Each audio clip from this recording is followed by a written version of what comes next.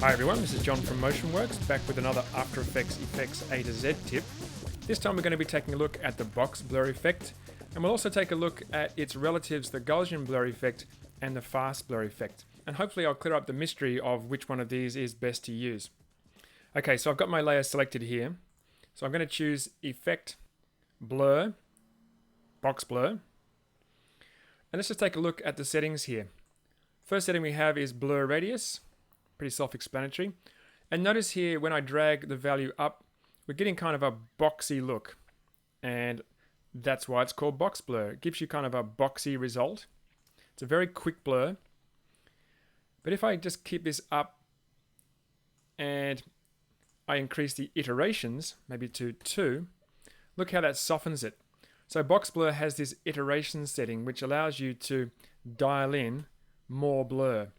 It takes longer to blur the higher the iterations are, but you can dial in as many iterations as you need, depending on how smooth you need to have the blur.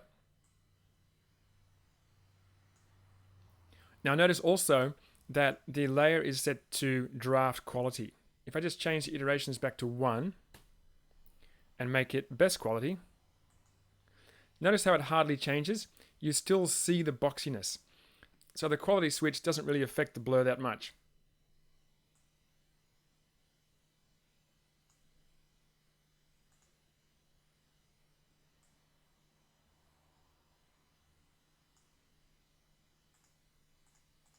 Okay, next settings are blur dimensions. This is pretty straightforward. Pretty handy to be able to choose horizontal or vertical to get these kind of effects, kind of directional blur effects. Very nice. And very importantly, let me just change this back to horizontal and vertically. We have this setting here, repeat edge pixels. Notice how we can see the white around the edges of this comp. If we just take a look at the transparency grid, we can see transparency. But if we just check repeat edge pixels, that problem's fixed. So a very important feature for a blur. Okay, keep that in mind. Next we're going to take a look at fast blur, effect, blur, fast blur, and if I just increase the blurriness amount, you can see also here that we have the same problem. And fast blur also has a repeat edge pixel setting. And this can be very, very important.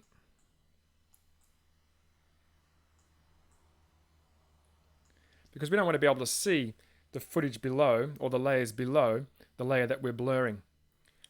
Now notice that fast blur also has blur dimensions, horizontal and vertical, but it doesn't have any iterations. So basically you've just got blurriness.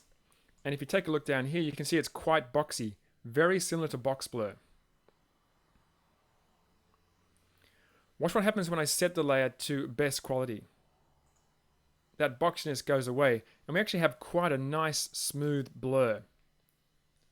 So fast blur set to draft quality is very similar to box blur with 1 iteration. But at best quality, it's almost identical to Gaussian blur. Now let's take a look at Gaussian blur. Effect, blur, Gaussian blur. And this blur is even more simple. It has a blurriness value and blur dimensions. Let's just increase the blurriness. And you can see here that there's no boxiness. We are on best quality. If I switch that to draft, you can see it still doesn't show you that boxiness that both box blur and fast blur do. But the biggest problem with Gaussian blur is there's no repeat edge pixel setting. So if you're going to blur a layer like I have here that takes up the entire frame, you're going to see this transparency around the edges with Gaussian blur. So what have we learned? Basically we've learned that fast blur is pretty much the same as Gaussian blur, as long as you set fast blur's quality switch to best. And fast blur also has the advantage of having the repeat edge pixel setting. But box blur is kind of similar to fast blur at its draft settings, but box blur has the benefit of having the iteration setting. and it also has repeat edge pixels. So basically what that says is that most of the time you'd pretty much want to use BoxBlur and probably set the iterations to about 2 and 3. And that way you're getting a better blur than fast blur, and you're getting a blur very similar to Gaussian blur, if not identical, but you've also got the benefit of having repeat edge pixels. Now, I reviewed this material by reading the After Effects help online, but I also read this article written by Stu Mastowitz on his ProLoss blog around 5 years ago, A Tale of Three Blurs. You can see he wrote that in March 2006. And this is an excellent post on why you would use BoxBlur over the other two blurs. So I definitely recommend you check that post out. So I hope that's put things a little bit more in focus for you as far as blurs are concerned in After Effects. I know that reviewing this definitely cleared up a few things for me as well. For now, this is John Dickinson from MotionWorks. Have fun, be creative, and I'll see you in the next tip.